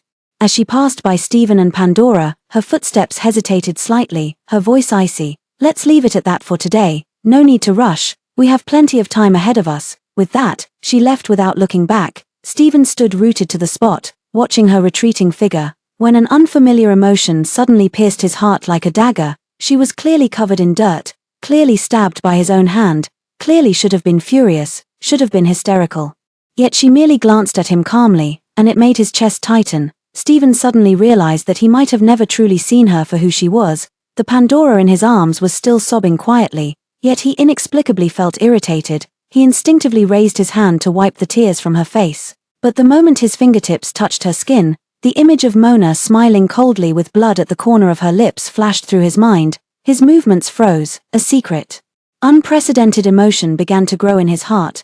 Did she become like this because of Pandora? Was it because of him? This thought made Stephen hold his breath. Pandora sat on the villa's sofa as the family doctor carefully tended to the bruises on her body.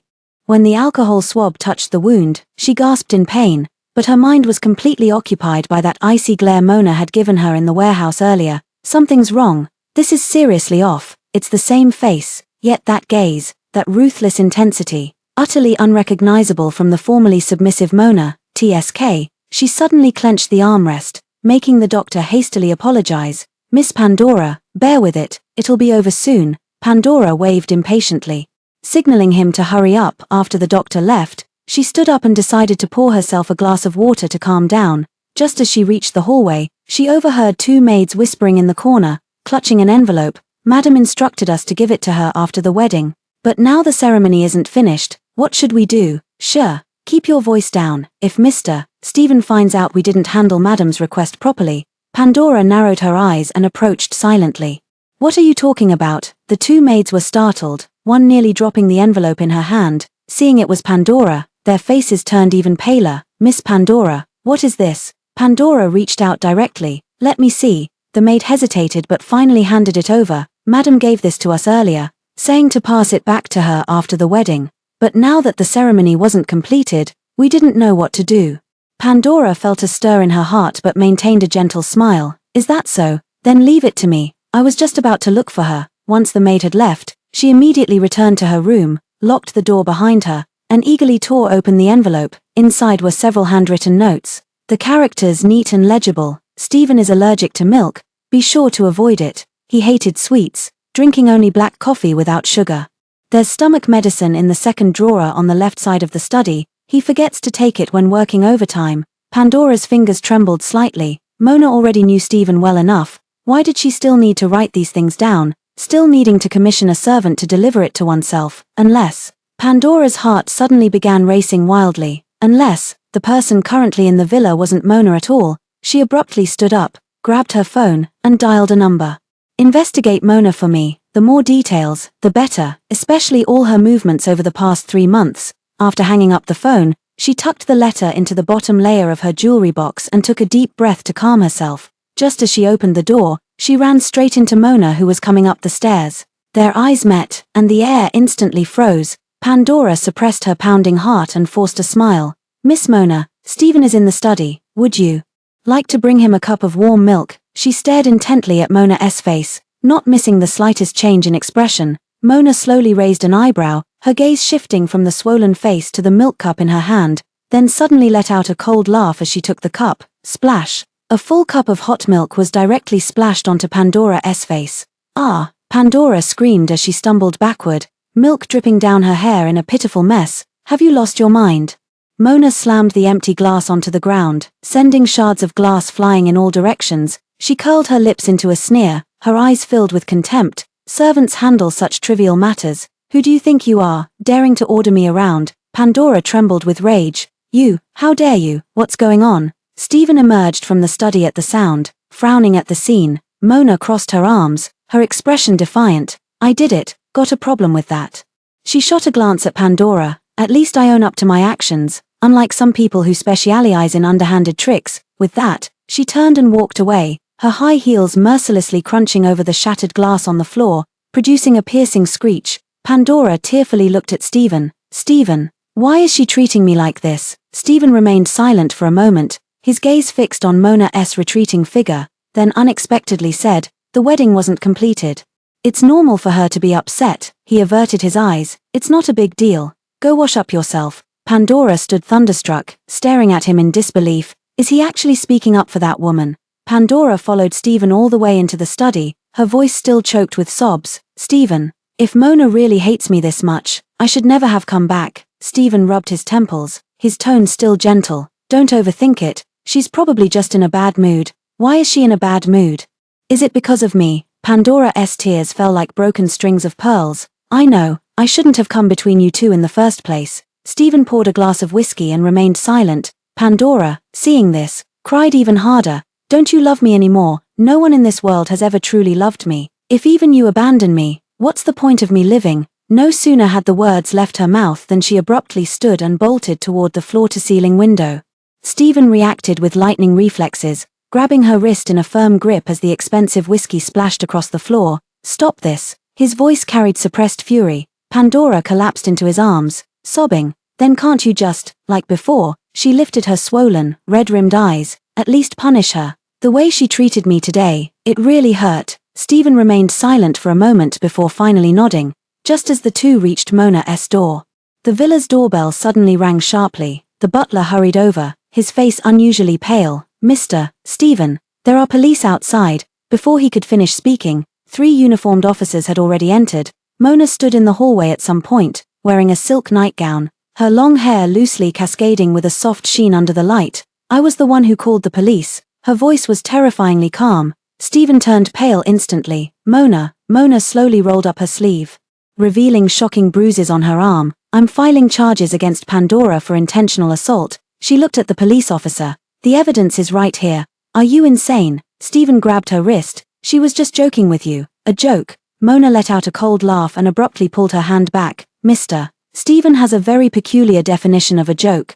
Pandora turned pale and hurriedly defended herself. I didn't mean to. Then apologize. Mona cut her off.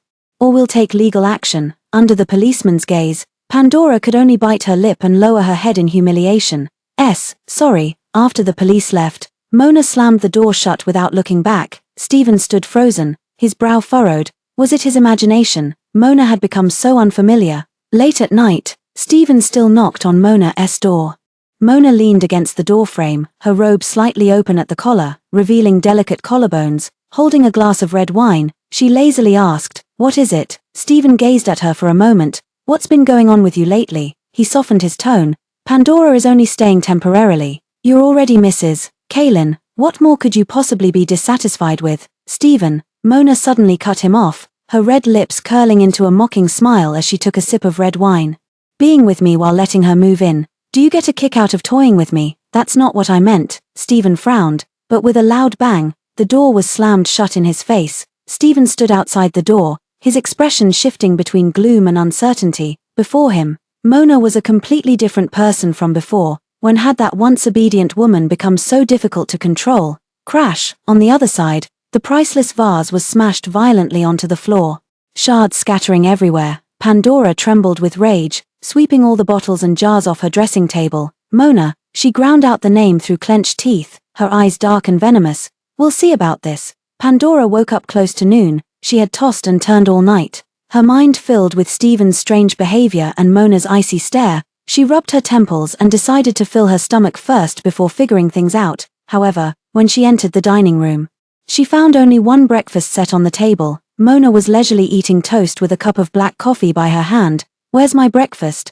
Pandora asked with a frown. Mona didn't even look up, finishing the last bite of her toast before lazily glancing at her. "If you want some, go ask the housekeeper to make it." She wiped the corner of her mouth. "I made this myself. There's only one portion." Pandora felt a tightness in her chest, suppressing her anger as she said, "Then have the housekeeper make some now." Mona let out a light laugh, stood up, and walked straight past her without so much as an extra glance. Pandora clenched her fists in anger, turned and rushed into the kitchen, only to find it empty except for a young maid clearing the dishes. "Where's the cook?" she demanded. The maid was startled by her tone and answered cautiously, "The cook took the day off and went home today." "Then why does Mona get to eat?" Madam did it herself."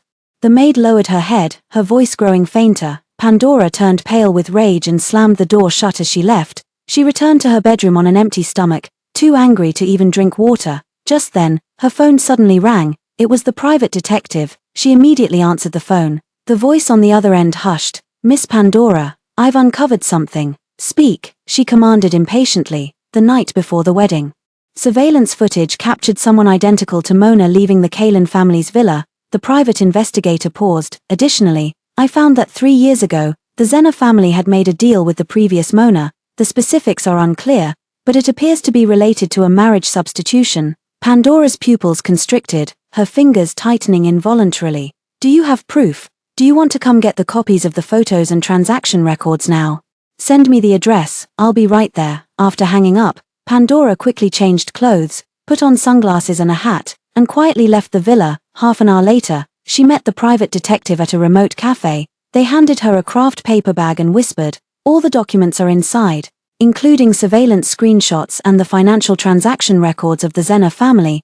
Pandora couldn't wait to open it. After flipping through a few pages, a cold smile curled at the corner of her lips. "Just as I thought, the current Mona has been replaced." After paying the remaining balance, she stuffed the documents into her bag and walked back in high spirits. Now, she was going to see how much longer that imposter could keep up her arrogance. However, as soon as she returned to the villa's entrance, she ran into Mona, who was just about to leave. The two locked eyes, and this time, Pandora didn't bother hiding her disdain. She raised her chin provocatively and said, "Mona, oh wait, should I call you by another name?" Mona paused in her steps and stared coldly at her. Pandora shook the document folder in her hand with a triumphant smile. "I already know your secret. If you don't want to be kicked out by Steven, you'd better kneel and apologize to me now." Mona stared at her expressionlessly for a few seconds before suddenly letting out a light laugh. "Psycho." With that, she turned to leave. Pandora, thoroughly enraged by her attitude, rushed forward and grabbed her wrist. "Who do you think you're fooling? I'm telling you, this evidence is enough to..." Before she could finish speaking, Mona violently jerked her hand away. Pandora, caught off guard, slipped and fell backward. In her panic, she desperately grabbed Mona's clothing, and the two tumbled down the stairs together. The sound of bodies hitting the steps mingled with Pandora's screams until they both crashed heavily onto the first-floor ground. The photos and documents in the file folder were also scattered all over the ground. Steven turned pale upon receiving the news and immediately rushed to the hospital with his assistant. In the corridor, his footsteps were hurried and heavy, his mind flashing back to Mona's recent odd behavior, her gaze, her attitude, even her coldness and hostility toward him and Pandora. 2 hospital rooms stood side by side, and Steven stood between them, momentarily unsure which door to push open first. Just as he hesitated, a nurse walked over holding a document folder. "Mr. Steven, these are items that fell from Miss Pandora. Please verify them." Steven took the folder and casually opened it, his pupils suddenly constricting. Inside were several surveillance screenshots and transaction records, clearly showing that on the night before the wedding, a woman identical to Mona left the Kalin family villa. What shocked him even more was that 3 years ago, the Zena family had engaged in a secret transaction with Mona, noted as compensation for a substitute marriage. Fake. His voice was hoarse, his fingers tightening unconsciously, crumpling the document folder in his palm. All the inconsistencies suddenly connected in that moment. It turned out she wasn't Mona at all. Steven jerked his head up, eyes blazing with fury, and turned to confront the Mona in the hospital room for answers. Yet the moment he took a step forward, he saw Pandora standing at the corridor's corner, her face pale as she stared fixedly at the document folder in his hand. "Steven," she hurried forward, her voice deliberately trembling. "I always suspected something was off about her. She's not Mona at all. She's an imposter." Steven gazed coldly at her, not missing the flicker of panic in her eyes. Suppressing his doubts, he asked in a low voice, "Why are you investigating these things?" Pandora stiffened, then forced a pale smile. I was just worried you might be deceived." Steven ignored her and pushed open Mona's hospital room door, only to find it empty. The nurse told him that the Zena family had taken Madam away not long ago. Zena family. Steven's eyes darkened as he immediately ordered his assistant, "Verify the authenticity of these documents and prepare the car. I'm going to the Zena residence." Pandora quickly stepped forward to stop him, her voice urgent. Stephen, if she ran away, it proves she's guilty. She impersonated Mona. Maybe it was all for the Kalin family's fortune. Why chase after her? Stephen paused mid-step and turned to look at her. I just want to know where the real Mona is. Pandora stiffened, her smile barely holding. Stephen, do you have feelings for her? Stephen didn't answer, only gave her a deep look before striding away. Pandora stood rooted to the spot, fingers clutching the hem of her clothes, torn between regret and unease. She had thought exposing Mona would secure Stephen for herself, never expecting things to come to this. Gazing at the Pandora beside him, Stephen felt his doubts grow heavier by the moment. Pandora was also behaving unusually. He pondered for a moment before sending a message to his assistant. Also look into Pandora and find out why she's investigating these matters. After getting into the car, Stephen frowned slightly, feeling like something was missing. The car was unnervingly quiet, and something was missing. He furrowed his brows in thought. The familiar jasmine scent that could slightly ease his tense nerves was gone. Why was the car fragrance changed? He asked the driver coldly.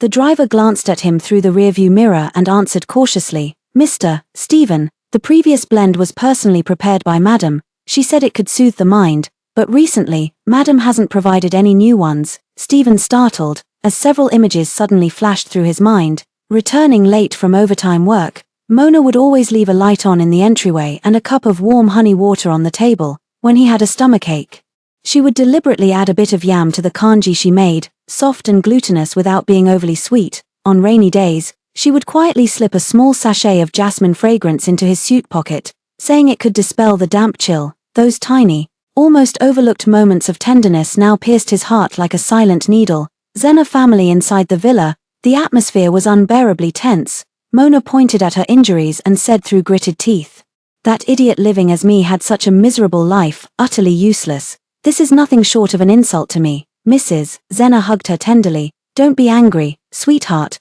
we'll get revenge for you. Revenge? Mona scoffed coldly. Our family is nothing like before now, and we've already given her 30 million. How can we possibly fight against the Kalin family? Hearing this, Mr. and Mrs. Zena turned pale. Mona was right. The Zena family had long been on the decline. Even if it didn't look so bad on the surface, against the Kalin family, they could only tough it out. Just then, the butler announced that Stephen and Pandora had arrived together. Mr. and Mrs. Zena exchanged a glance before storming out, their gazes instantly locking onto Pandora. Is this the bitch who bullied my daughter? Mrs. Zena shrieked, pointing at Pandora and cursing. How dare you bring her here to show off? Do you really think the Zena family has no one left to stand up for us?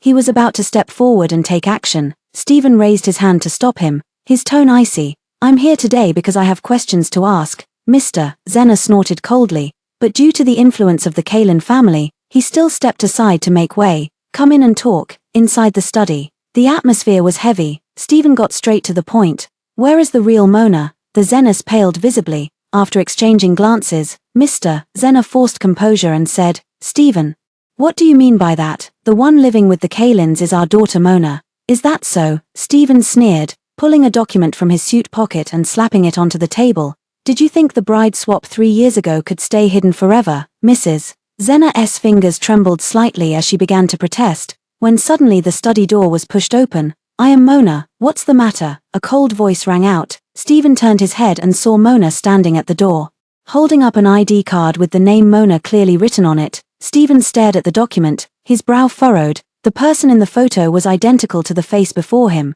yet his intuition told him things were far from this simple. If Mr. Stephen doubts my identity, he's welcome to investigate, she said coolly, turning to leave. Stephen grabbed her wrist, his voice low. Who the hell are you? She looked up at him, her gaze calm to the point of indifference. Does it matter, after all?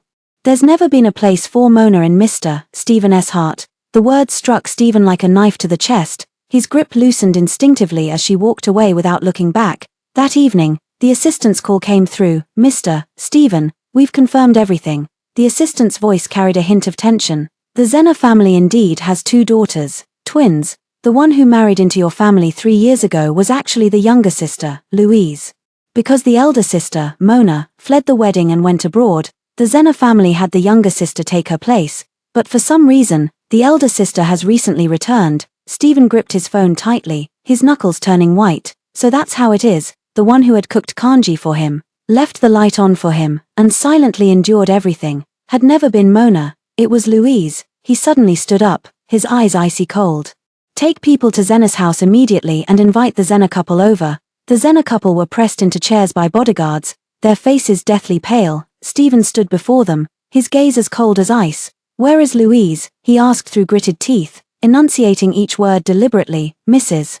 Zena's lips trembled as she forced out the words. That wretched girl took the money and left. 30 million, not a penny less. She's been cunning since childhood.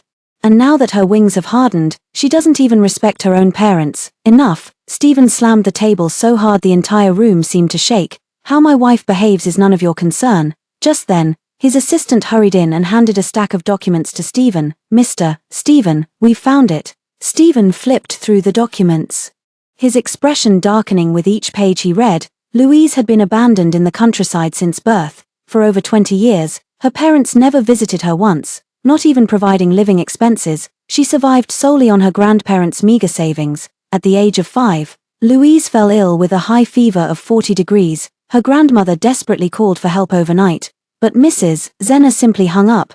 The doctor said another 10 minutes delay could have been catastrophic. Mona gets a lavish birthday party every year, while Louise doesn't even have a decent cotton-padded coat. Good, very good. Stephen's voice was chillingly dangerous as he flung the documents violently at the faces of the Zena couple. How could parents like you even exist in this world, Mr. Zena? His face stinging from the paper cuts, still tried to justify himself. We brought her into this world and raised her this big. Isn't that enough? Raise her. Stephen grabbed Mr. Zena by the collar. Every piece of clothing she wore before 18 was hand-me-downs from neighbors. What did you treat her as? A tool for a substitute marriage? He abruptly released his grip and barked at the bodyguards. Lock them in the basement and give them special care. They'll be released when they're ready to tell the truth. Stephen, how dare you? Mrs. Zena shrieked. We're Louise's parents. Stephen sneered. Now you remember you're her parents. The bodyguards were roughly dragging the two away when the study door suddenly burst open. Mona rushed in, her face deathly pale. Stephen, are you insane? Let my parents go. Stephen looked at her coldly. So you finally stopped pretending. Mona froze, then screamed hysterically. Yes, I'm Mona, so what? That bitch never should have married you. She's just some country bumpkin. How dare she? Slap. A resounding slap landed hard across her face. Mona staggered backward several steps, clutching her cheek in disbelief. This slap is for your sister, Stephen said with venom in his eyes. You Zena family members are each more disgusting than the last. Mona suddenly burst into hysterical laughter. Ha ha ha, Stephen, how dare you pretend to be devoted now? How did you treat her these past 3 years? Making her sleep in the guest room, bringing other women home, even throwing her into the frozen lake for Pandora. She narrowed her eyes venomously. Stephen, stop pretending. Do you think you really loved my sister? You didn't even notice when she left. You never understood her at all. Stephen felt his breath catch, as if his chest had been struck by a sledgehammer. Where is she? His voice was terrifyingly hoarse. Mona wiped the blood from her lips and smiled. You'll never find her. Stephen suddenly grabbed her by the throat, only to lose all strength when he saw her face turning purple. It was a face identical to Louise's. Get out. He turned away, his voice weary and icy. Don't let me see you again. Mona collapsed to the floor, gasping for breath, yet still laughing. You deserve this, Stephen. Stephen didn't turn around. His phone suddenly vibrated. It was a text message from an unknown number. Mr. Stephen, we've found a lead. Miss Mona purchased a ticket to City End 2 weeks ago. Stephen's pupils constricted abruptly. Book me the earliest flight available immediately. Meanwhile, Louise stood by the seaside, the salty ocean breeze brushing against her cheeks as her hair lifted gently in the wind. In the distance, the setting sun dyed the sea surface orange-red, while waves rolled onto the beach in layers before slowly retreating. She took a deep breath, closed her eyes, and savored the long-lost tranquility. Miss Louise, a gentle male voice came from behind. Louise turned around and saw a tall, slender man standing not far away. Holding a bag of fresh seafood in his hand, he was dressed in a simple white shirt and casual pants, with handsome features and a faint smile playing at the corners of his lips. I'm Sean, living next door to you. He took a few steps closer, his voice warm and smooth. Heard you moved in today, so I brought some seafood as a neighborly welcome gift. Louise paused briefly, then smiled politely. Thank you, but that's really not necessary. Don't be polite. Sean handed over the bag with natural ease. City NS seafood is the freshest. Since you're new here, you should try the local flavors. His demeanor was neither overly warm nor distant, just the right amount of friendliness that made it impossible to refuse. Louise hesitated for a moment before accepting it. Well, thank you, Sean smiled, his gaze falling on the luggage behind her. Need any help? No need, I've already packed most of it. Alright, just call me if you need anything. He nodded and turned to leave, his figure straight yet casual. Louise watched his retreating figure, slightly lost in thought. He was the first person to initiate a conversation with her since she arrived in City N. In the days that followed, Louise gradually adapted to life in the small town. She opened a small flower shop by the sea, trimming stems and wrapping bouquets, her days peaceful and fulfilling. Occasionally, she would sit at the shop's entrance, gazing at the distant ocean. Her thoughts drifting far away before returning, Sean would occasionally come to buy flowers, sometimes a bunch of sunflowers, other times a few stems of lisianthus. He never made deliberate conversation, simply offering a brief greeting, paying, and leaving, until one evening, a sudden rainstorm arrived. Louise was about to close the shop when the raindrops began pattering down. Standing under the eaves, she watched the rain grow heavier, a slight frown creasing her brow. No umbrella. A familiar voice came from behind. She turned around and saw Sean standing in the curtain of rain, holding a black long-handled umbrella. I'll walk you back, he said. Louise initially wanted to refuse, but the rain was too heavy. In the end, she could only nod in agreement. Thank you. The two walked side by side in the rain. The umbrella wasn't particularly large, Sean, yet he deliberately tilted it toward her, leaving his own shoulder damp with rain.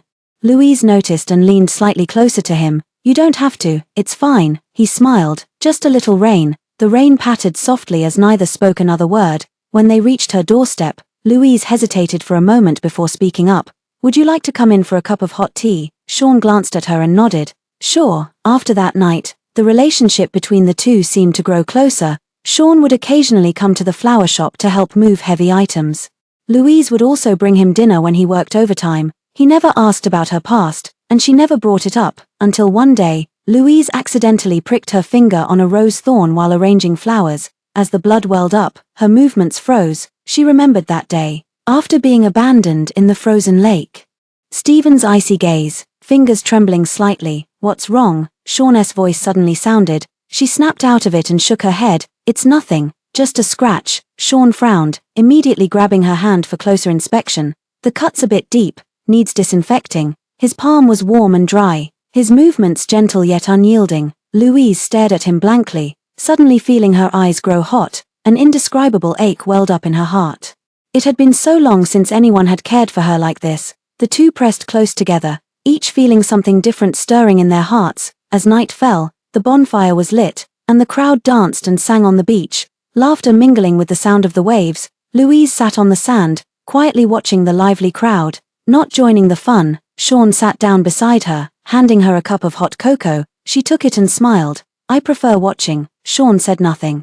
Sitting with her in silence, after a long while, he suddenly spoke. Louise, She turned her face to him questioningly. You deserve better. He turned to look at her, his gaze earnest. Don't let the past hold you back. Louise froze. The sea breeze brushed past, the glow of the bonfire illuminating his profile. Gentle yet resolute, she lowered her head and softly murmured, millimeter. Perhaps she could really try to move forward. Stephen stood on the streets of City N, where the sea breeze carried a briny dampness that washed over his face. He gazed at the unfamiliar yet bustling city before him, his eyes gloomy and weary. For a month, he had practically combed through City N from corner to corner, yet he still hadn't found a trace of Louise. The clue from the assistant only mentioned she bought a ticket to City N, but this city is so vast. Where exactly is she hiding? Stephen rubbed his temples, his bloodshot eyes betraying days of relentless travel.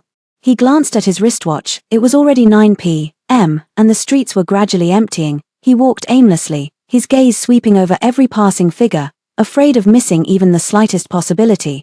Suddenly, his footsteps came to an abrupt halt. Not far ahead, a woman in a white dress stood with her back to him under the streetlight. The slender figure, the slightly lifted strands of hair, every detail resembled Louise. Stephen's heart suddenly tightened. His blood seeming to boil in an instant, almost instinctively, he rushed forward, grabbing the woman's wrist, his voice hoarse and urgent. Louise. The woman was startled and turned her head abruptly, revealing an unfamiliar face. Who are you? The woman panicked, shaking off his hand and stepping back 2 paces. Stephen stood frozen in place, the light in his eyes instantly extinguished. It wasn't her. Stephen gazed at the vast sea of people and suddenly laughed. The laughter was hoarse and bitter. He pulled out his phone and dialed his assistant's number. Keep searching. Turn City N upside down if you have to. But find her. Hanging up, he raised his eyes to the night sky, his gaze stubborn and frenzied. Louise, where on earth are you? The morning sunlight filtered through the white gauze curtains. Louise pushed open the window as the damp sea breeze, carrying a faint salty tang, rushed to greet her. She took a deep breath, the corners of her lips lifting slightly. This guesthouse was purchased with part of that sum, a 3-story building facing the sea, its courtyard filled with roses and lisianthus she had planted herself. Every morning, she would cut a few fresh blooms to arrange in each room of the guesthouse. Louise, breakfast smells amazing today. Several student guests who came for summer vacation waved at her cheerfully from downstairs. Louise smiled with crinkled eyes. Glad you like it. There's more in the kitchen if you want seconds. As she turned to go downstairs, she spotted Sean walking into the yard carrying a bag of fresh fish. Just caught at the docks this morning. I'll make you fish soup for lunch, he said, shaking the bag gently with a warm smile. Louise took it, her fingertips accidentally brushing against his palm, the warmth traveling from her fingers straight to her heart. Both froze for a moment, then simultaneously averted their gaze with unspoken understanding. Over these past few months, Sean had become the most familiar person in her life. He was like a beam of light shining into her dim world. In the past, Louise had always lived in the shadow of others, devoid of independent thought, drifting through life in a daze. It was his presence that made her realize she too could be cared for, that she also had the right to do whatever she desired. By the way, didn't you recently say you were craving crème brûlée while watching videos? Louise pulled out an entire box of creamy custard topped with a thin caramelized sugar crust from the freezer, something she had specially prepared early that morning. Sean's eyes shone with undisguised delight. I just knew you'd make it for me. He eagerly scooped a spoonful, the rich, velvety sweetness melting on his tongue the moment it entered his mouth. He, who never had a sweet tooth, ate 3 in a row without feeling the slightest bit sick of them. Even better than what 5-star hotels make, Sean praised sincerely. Then I'll make them for you often from now on. Louise smiled, her eyes crinkling with joy. Sean nodded, his gaze lingering on her face as if he wanted to say something but hesitated. What's wrong? She asked. He paused, then simply shook his head. Nothing, I just think, you look really good now, much better than when you first came to City N, always staring at the sea in a daze. Louise was momentarily taken aback, then smiled lightly. Yes, this place suits me well. The evening brought an unexpected downpour. Louise was brewing coffee in the kitchen when thunder roared outside, raindrops pelting against the window panes. She had just shut the window when rapid knocking sounded at the door. Who is it? She pulled the door open to find Sean standing soaked on the doorstep, clutching something tightly to his chest. Come in quickly. She immediately stepped aside to let him enter. Sean hurried in, carefully opening his coat. A thin white kitten curled up in his arms, shivering. Saw it at the alley entrance, almost got washed away by the water, he said in a low voice, tinged with heartache. Louise immediately brought a towel and gently wrapped the kitten. Let's dry it first, I'll go get the hairdryer. She turned to leave, but her wrist was Sean grabbed in an instant. Your hair's wet too, he frowned, brushing the rainwater off her shoulder. The two stood extremely close. Louise could catch the faint scent of rain on him, mingled with a crisp hint of pine. Her heart skipped a beat as she instinctively took half a step back. Sean withdrew his hand and cleared his throat softly. Let's tend to the cat first. Millimeter. She lowered her head, the tips of her ears growing warm. Louise sat on the living room carpet, gently stroking the kitten's head. It had already fallen asleep, its tiny body rising and falling with each breath. Sean walked over carrying 2 cups of warm milk and handed her one. Not sleeping yet, just keeping it company a little longer. She took the milk, her fingertips warmed by its heat. Sean sat down beside her, remained silent for a moment, then suddenly spoke. Louise, what's wrong? If one day, he paused, his voice very soft, you wanted to start a new relationship, what kind of person would you consider? Louise was startled and turned to look at him. Moonlight streamed through the window, falling on Sean's profile. He wore a perpetual smile, his eyes brimming with undisguised, intense affection. Her heartbeat suddenly quickened, a faint blush spreading across her cheeks as she hastily averted her gaze. I hadn't thought about it. Sean smiled and didn't press further. The two sat quietly, with only the faint purring of the kitten echoing through the room. Louise crouched in the corner of the courtyard, holding a small piece of fish in her hand, carefully feeding it to the tiny white kitten. The kitten ate happily, occasionally rubbing its head against her fingers and purring contentedly. She couldn't help but chuckle softly, lightly tapping the tip of its nose with her finger. Sean, does it look a bit chubbier to you? She asked without turning her head.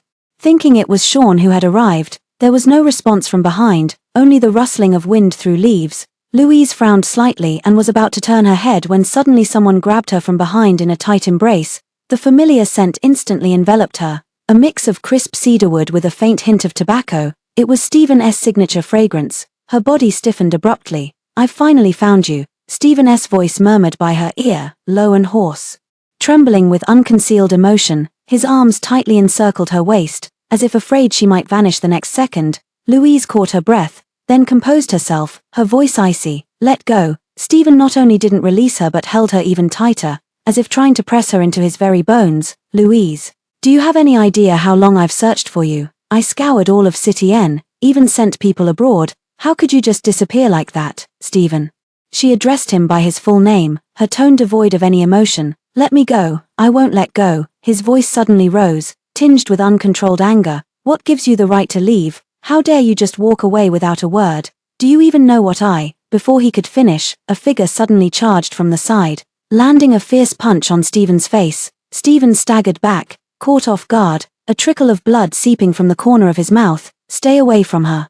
Sean stepped in front of Louise, his gaze sharp as a blade, his voice laced with unmistakable warning. "Touch her again, and I'll call the police right now." Stephen wiped the blood from the corner of his mouth with a grim expression, his dark gaze shifting from Sean before settling on Louise. Her expression remained calm, as if everything that had just happened had nothing to do with her. "So that's how it is." Stephen let out a cold laugh, his eyes swirling with complex emotions.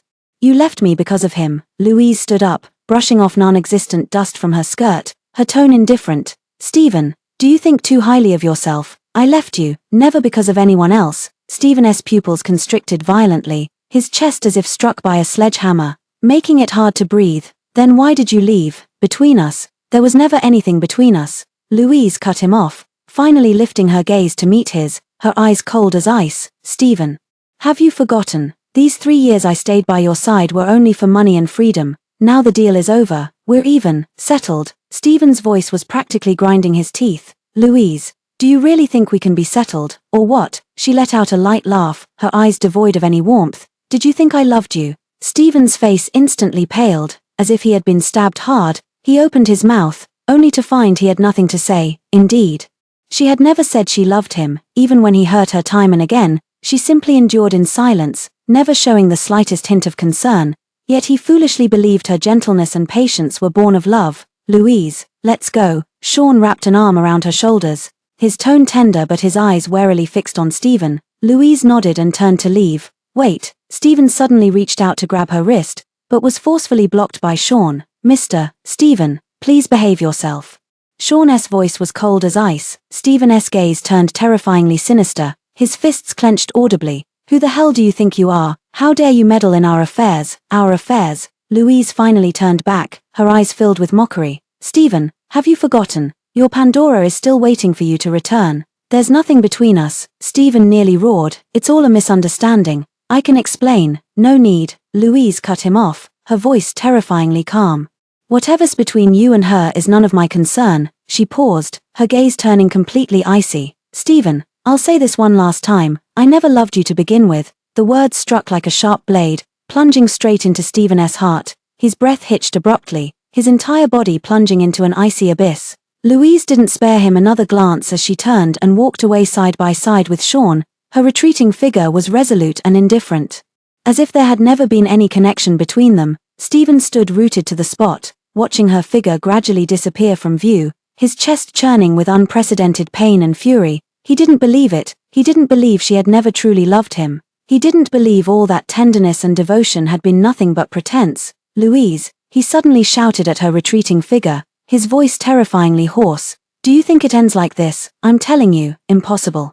Louise didn't pause her steps for even a moment, nor did she turn her head. Stephen slammed his fist violently against the tree trunk beside him, his knuckles instantly oozing blood. The pain from his hand paled in comparison to the torment in his heart. He stared fixedly in the direction she had left, his gaze dark and frenzied. "I won't let go." "Absolutely not." Stephen stood in the courtyard, blood dripping from his knuckles, yet he felt no pain. His gaze was fixed on the direction where Louise had disappeared, his chest churning with unprecedented violence and regret. "Mr. Stephen," the assistant hurried over, holding a document folder with a grave expression. "We've found it." Stephen slowly withdrew his gaze, his voice as cold as ice. "What is this?" The assistant hesitated for a moment before handing over the document folder. "This is Miss Pandora's actions against Madam over all these years." Stephen grabbed the document folder and tore it open roughly. Inside were a stack of photos, surveillance screenshots, and audio recordings. He flipped through a few casually when suddenly his pupils constricted sharply. In the photo, Pandora stands at the stairwell, deliberately spilling water on the steps while making sure no one is around. In the surveillance footage, she takes advantage of Louise's inattention to secretly replace her medication with laxatives, and there's an audio recording. "That stupid woman, I just had to play the victim a little, and Stephen believed me. She deserved what she got." Stephen's fingers clenched tighter and tighter, the paper crumpling into a ball in his palm. His breathing grew heavier, a terrifying storm brewing in the depths of his eyes. And also, the assistant swallowed hard before handing over another medical report. When Madam was locked in the basement, Miss Pandora had someone release a bag of rats inside. Stephen's temple throbbed violently, a deafening buzz exploded in his mind, as if something had collapsed with a thunderous crash. He remembered that day. Louise was locked in the basement all night. And when she came out the next day, her face was deathly pale, her whole body trembling. He thought she was just being melodramatic, even sneering and mocking her. Just one night locked up. Why cry all night? But what she said at the time was, "Pandora let the rats in." Yet he didn't believe her at all. Stephen's chest heaved violently as an unprecedented rage surged through his entire body. He slammed the documents onto the ground, his voice terrifyingly hoarse. "Pandora, where is she now?" The assistant took half a step back, frightened by the ferocity in his eyes. At the Kalin family's villa, Stephen turned and left, his steps so fast they almost stirred the wind. He pulled out his phone and dialed the head of security, his voice cold as ice. "Lock Pandora in the basement, now." There was a pause on the other end of the line. "Mr. Stephen, do you not understand human speech?" Stephen's voice was utterly sinister. "Lock her up and take good care of her. I want her to taste, 1,000 times over, everything she once did to Louise." Kalin family villa. Pandora was leisurely painting her nails on the sofa, humming a tune. She had just received news that Stephen went to City End to find Louise. Though annoyed, she was certain that with Louise's stubborn temper, she would never forgive him so easily. Just a little more fuel to the fire, Stephen would eventually grow utterly disgusted with that woman. As she was lost in thought, the villa's front door was suddenly kicked open with a violent crash. Pandora, startled, looked up to see Stephen striding in, his face terrifyingly dark, her heart clenched. But she quickly put on a pitiful expression. "Stephen, how could you?" Before she could finish speaking, Stephen grabbed her by the throat and slammed her against the wall. "Pandora," his voice was so low it sounded like a demon crawling out of hell. "You're quite the schemer." Pandora gasped for breath, her face flushed crimson as she desperately pounded on his arm. "Stephen, what are you doing? Let me go." Stephen let out a cold laugh before abruptly releasing his grip. Pandora collapsed to the floor, clutching her throat as she coughed violently, tears and mucus smeared across her face. "Drag her away." Stephen looked at her as if she were trash. "Lock her in the basement." The bodyguards immediately stepped forward, grabbing Pandora and dragging her toward the basement. Pandora finally panicked, struggling and screaming. "Stephen, are you insane? How dare you touch me? Have you forgotten who's always been by your side? Have you forgotten that Louise never loved you?" Stephen's gaze grew even colder. He slowly crouched down, gripping her chin with a force that nearly crushed her bones. "Pandora, listen well. Starting today, I will make your life a living hell." With that, he violently shoved her away and coldly ordered the bodyguard, "Release a bag of rats inside. Let her enjoy herself thoroughly." Pandora's face instantly turned deathly pale. "No, don't, Stephen, you can't do this to me." "Ah." Her screams were cut off by the heavy iron door. Stephen stood at the basement entrance, his expression darkening to an extreme degree. How much he had once indulged Pandora, he now hated her just as much, even more. He hated himself. City's snow fell suddenly. Stephen stood at the entrance of Louise's guest house, a thin layer of snow dusting his black coat, his fingertips red from the cold, yet still clutching that document bag with a death grip. He stared at the tightly shut door, his Adam's apple bobbing. Before finally raising his hand to knock, the door opened. Louise stood at the doorway, her expression unreadable as she saw him. "What do you want?" Stephen felt his breath catch slightly. He thought he would have so much to say when he saw her again, but when the moment truly came, he found his throat blocked by something, unable to squeeze out a single word. His voice was hoarse as he extended the file folder toward her. I hope you'll take a look. Louise's gaze fell on the file, but she didn't take it. What is it? Pandora's actions against you. Stephen's fingertips trembled slightly. I just found out she's been framing you all along. These are the proofs. Louise showed not a trace of surprise upon hearing this, merely averting her gaze calmly. Oh, I don't care about that anymore. Stephen's heart sank abruptly. He had expected her to be furious, to feel wronged, even to demand why he had come only now. Yet all she offered was an offhand remark. She didn't care anymore. I've already punished her, he added hastily, as if desperate to prove something. And your parents, I also, Stephen. Louise interrupted him with cold eyes. Why do you still blame everything on others at this point? He froze. Are you completely blameless? She stared straight at him, her voice soft yet each word cutting like a knife. When Pandora did those things to me, didn't you enable it? Stephen's breath hitched. His heart feeling as if it had been violently clenched, he wanted to retort, but when the words reached his lips, he found himself unable to utter a single word. Yeah, what right does he have to shift all the blame onto Pandora? It was him who chose to believe in Pandora time and again, who repeatedly overlooked Louise's grievances, and even pushed her into the abyss with his own hands when she needed him most. His voice was hoarse, carrying a trace of wretched bitterness. I'm sorry. Louise shook her head, a faint smile tugging at the corner of her lips. No need to apologize, it's meaningless to say these things now anyway. She paused, then suddenly raised her left hand, the diamond ring on her ring finger refracting a dazzling light under the glow.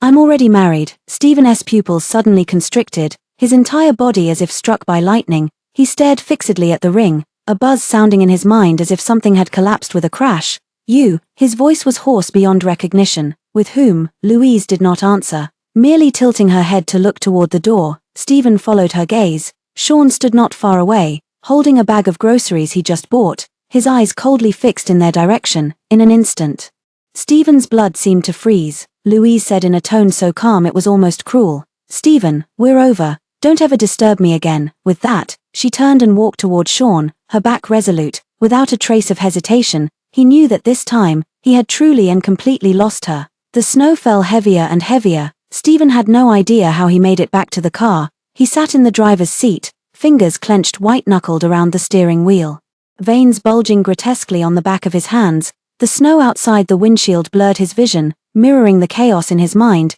He remembered the first time he saw Louise, standing quietly in the Zena family's living room, demure and docile like an exquisite marionette. He remembered the kanji she cooked for him, the light she left on for him, all the grievances she endured for his sake. He remembered the look in her eyes when she last saw him, calm, indifferent.